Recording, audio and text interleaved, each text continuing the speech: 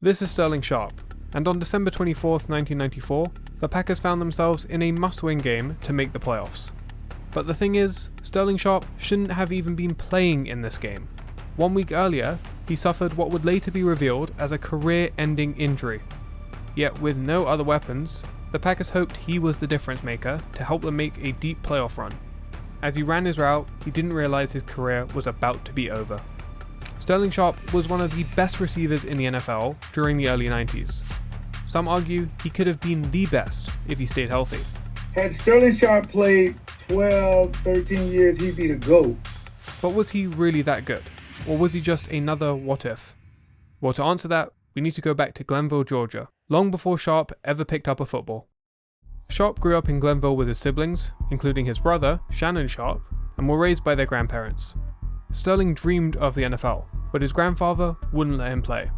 His uncles had once been injured playing football, and Sterling was needed to help out on the tobacco farm. But in 1977, everything changed. If Papa doesn't die, and I'm not going to say die in 77 or 79 or 81, if he doesn't die, I never play football. Mm-hmm. Following his death, Sharpe took up sports and immediately emerged as a star. While at high school, his track team would reach the state finals. Sharpe won first place in the long jump, but injured his leg. Yet he refused to stop competing, running the relay and finishing in second place. But despite a productive high school career, he didn't receive many scholarship offers. The colleges that were interested wanted him to play defensive back. The only school that saw him as a receiver was the University of South Carolina. But early on it looked like they got it wrong, as Sharpe recorded just one reception in his freshman year. By his sophomore season, he had to redshirt. What could have been the end to a promising talent instead was the turning point. He returned in 1985, leading the team in receptions and receiving yards. In 1986, South Carolina introduced a new run-and-shoot offense, giving Sharpe even more opportunities. Up to that point, few outside of the school knew his name, but that changed when he finished second in the nation in receiving yards. If Sterling Sharpe was at Notre Dame right now, he'd be in the running and probably wrapped up the Heisman Trophy. So it's got a lot to do with politics. And here in South Carolina and then being in the South, Sterling's not gotten as much recognition as probably due to him. He may have not won the Heisman, but he caught the nation's attention. With 2 strong seasons, he managed to set several school records, including career receptions and receiving yards. One of the most physical, one of the best route runners, one of the best receiving guys that I've ever played against was Sterling Sharpe.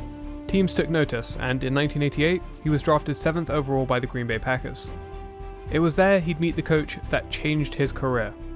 And what Sherm Lewis taught me was when I got into West Coast offenses to understand why we call certain plays.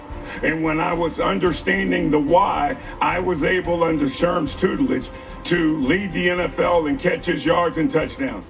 But it would take some time for Sharpe to develop into the star he would become. Because Sherm Lewis didn't join the Packers until 1992, but more importantly, for the last 20 years, the Packers were a bad football team.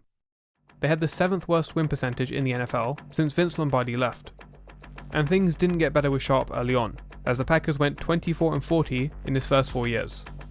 Even though he set a franchise rookie record for receptions, some were still critical of his performance.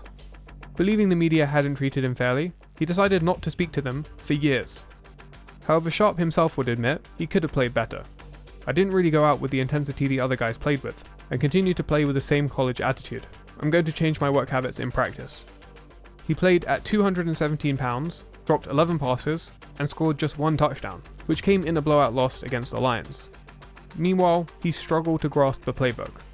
When I got to Green Bay, they were like 2 flip wide, short 90, Y option X max. I was like, wait, what? I'm sorry?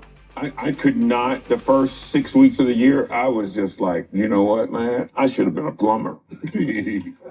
But after losing weight and studying hard, he'd have a breakout year in 1989. He set a franchise record with 90 catches, added 12 touchdowns, and racked up over 1,400 receiving yards. Santa Claus himself would have been proud of the ground Sharpe covered in 1989, as he became the first Packer to lead the NFL in receiving since the legendary Don Hutson in 1945. But his greatest asset was his extraordinary drive, skill, and strength near the goal line. Sharpe wasn't your prototypical 6'4" receiver with blazing speed, but he made up for that with physicality. He was so much more physically fit than the other guys. Well, he was a freight train. He was a physical receiver. He ran to contact. He didn't shy away from it. He wanted to dole out the punishment just as they were going to try to punish him. That made him impossible to take down. Probably bigger than most wide receivers, so I don't mind getting hit. It's just a matter of understanding how people try and tackle you. On the sidelines, people just want to knock you out of bounds. So if you can get to them first, there's extra yards there. When you go in the middle, the big guys just want to hit you. They don't care about wrapping up. Playing with that intensity also sent a message. But if you throw it behind the line of scrimmage and I run over 2 guys and pick up 14 yards, they remember. However, his dominant 1989 season was followed by 2 good, but not great years. Much of that stemmed from inconsistent quarterback play. In those 2 seasons, he caught passes from 4 quarterbacks who combined for a 10-22 record. Yet he was one of the few bright spots on an otherwise struggling team. Sterling Sharpe might be one of the best kept secrets in the NFL from a wide receiver standpoint. In 1992, the secret got out. That was thanks to 3 men. Ron Wolf, the general manager who brought the personnel, Mike Holmgren, who brought the West Coast offense, and Brett Favre, who brought the elite quarterback play. In Favre's first game with significant playing time, Sharpe caught 7 passes for 109 yards. The Packers had found their recipe. They lacked any offensive firepower aside from Sharpe, so the game plan was simple: throw him the ball as much as possible. Sharpe was kind of our whole offense. Instead of running the ball, we just threw him slants. At that time of my career, I knew one player or one guy to throw it to, and that was Sterling. And so everyone else knew it. Defenses knew it, but he always came down with the catch. Favre trusted Sharpe so much he'd fire into double, even triple coverage on a regular basis. You know, I threw it to him in triple coverage, and he was an amazing player. He wasn't outrunning anyone, but he was an amazing player. He was uncoverable. And saying that, he was covered a lot of the times. Despite being a raw, unpolished version of the Favre we would come to know, he threw 37 touchdowns and 37 interceptions in his first 2 years. Sharpe was so good that it still worked. Since the merger, only 5 receivers had won the Triple Crown, leading the league in receptions, receiving yards, and receiving touchdowns. Sharpe was one of those 5 in 1992. Not only that, he set an NFL record with 108 catches in a season, which he proceeded to break the following year with 112. That made him the first receiver to have over 100 receptions in consecutive seasons. He's the reason for the change. In 1992, with that collection of players we had, Mike Holmgren and his staff were able to go 9-7 and have a winning record, which was remarkable. But the real reason for that was Brett Favre and Sterling Sharpe. So thanks in large part to Sharpe, the Packers were now competitive again. They'd gone 9-7 in 1992, but missed the playoffs. Now, heading into the final week of 1993, they were 9-6, 1 game away from winning the division. Favre, however, threw 4 interceptions against the Lions. A 30-20 loss was inevitable.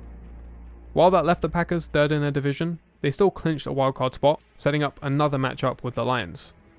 The Lions picked up where they left off from week 17, controlling the first half. But despite leading in yards and time of possession, the Packers were still within reach, trailing by just 3 at halftime. But early in the second half, the game looked ready to slip away after a 15-yard interception return put Detroit up 17-7. Instead, it seemed to wake up Favre. He answered with a 28-yard touchdown pass to Sterling Sharpe. But the Lions were still moving the ball with ease, and now at the Packers' 5, they looked to take a 10-point lead again. Instead, George Teague picked off Eric Kramer and returned it 101 yards. Even after that momentum swing, with less than 3 minutes left, the Lions were still hanging on to a 3-point lead. Barry Sanders had rushed for 169 yards, so the Lions hoped to lean on him to close out this game. But the Packers were ready, holding Sanders to no gain twice. After an incomplete pass on 3rd down, the Packers got the ball back with a couple minutes remaining. A few completions got them to the Lions' 40, now with less than a minute left. On 2nd and 4, Favre took the snap, scrambled, and rolled to his left. As he was looking downfield, the halftime speech from Mike Holmgren echoed in his mind. Don't throw it across the field, that's going to get you in trouble. If I were coaching, I would never tell my quarterback not to make that throw, because my quarterback would never make that throw.